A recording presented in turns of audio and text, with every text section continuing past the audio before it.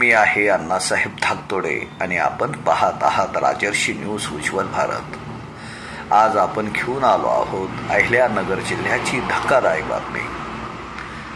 अहिल्यानगर मनमाड राष्ट्रीय महामार्गावर खड्ड्यांमुळे सुरू आहे मृत्यूचा खेळ। गेल्या 2 दिवसात 2 निरपराध नागरिकांचे प्राण गेले आणि प्रशासन मात्र हातावर हात धरून बसलेले आहे। हा महामार्ग मृत्यूचा रस्ता ठरत आहे। प्रशासन कधी जागं होणार हा प्रश्न अजूनही अनुत्तरित आहे। आमचे राहुरी शहर प्रतिनिधी दत्ता चोखदंड यांनी या बातमीचे संकलन केले आहे। अहिल्यानगर जिल्ह्यातून जाणारा अहिल्यानगर मनमाड राष्ट्रीय महामार्ग हा प्रवाशांसाठी अक्षरशः मृत्यूचा सापळा ठरत आहे। या रस्त्यावरील खड्ड्यांमुळे गेले 2 दिवस राहुरी तालुक्यात 2 जणांचा दुर्दैवी बळी गेला आहे। सकाळी राहुरी तालुक्यातील वडनेर गावचा ज्ञानदेव पाटील बलमे वय 30 या युवकाचा अपघाती मृत्यू झाला।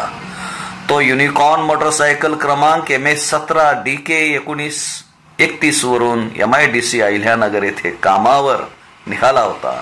मात्र कृषी विद्यापीठ डेरी फाटा येथे गाडी खड्ड्यात गेल्याने तो रस्त्यावर पडला आणि मागून येणाऱ्या कंटेनर क्रमांक RJ 14 GK 8730 ने जोराची धडक दिली। या भीषण अपघातात त्याचा जागीच मृत्यू झाला।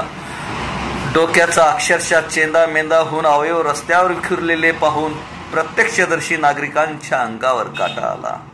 गेल्या अनेक दिवसांपासून टक्केवारीच्या वादावरून या राष्ट्रीय महामार्गाचे काम ठप्प आहे, तर प्रशासन संपूर्णपणे निष्क्रिय आहे। परिणामी नागरिकांचे प्राण धोक्यात आले आहे। दररोज अहिल्यानगर ते मनमाड या महामार्गावर किती बळी जात आहेत याची कल्पनाही करवत नाही। पण तरीही प्रशासन गेंड्याची कातडी घालून झोपलेले आहे।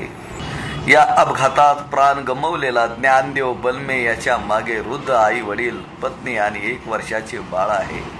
या घटनेमुळे त्यांच्या संसारावर दुःखाचा डोंगर कोसळला आहे। घटनेची माहिती मिळताच राहुरी पोलीस स्टेशनचे पोलीस निरीक्षक संजय ठेंगे यांच्या मार्गदर्शनाखाली पोलीस कर्मचारी गणेश सानप घटनास्थळी दाखल होऊन या घटनेचा पुढील तपास करत आहेत।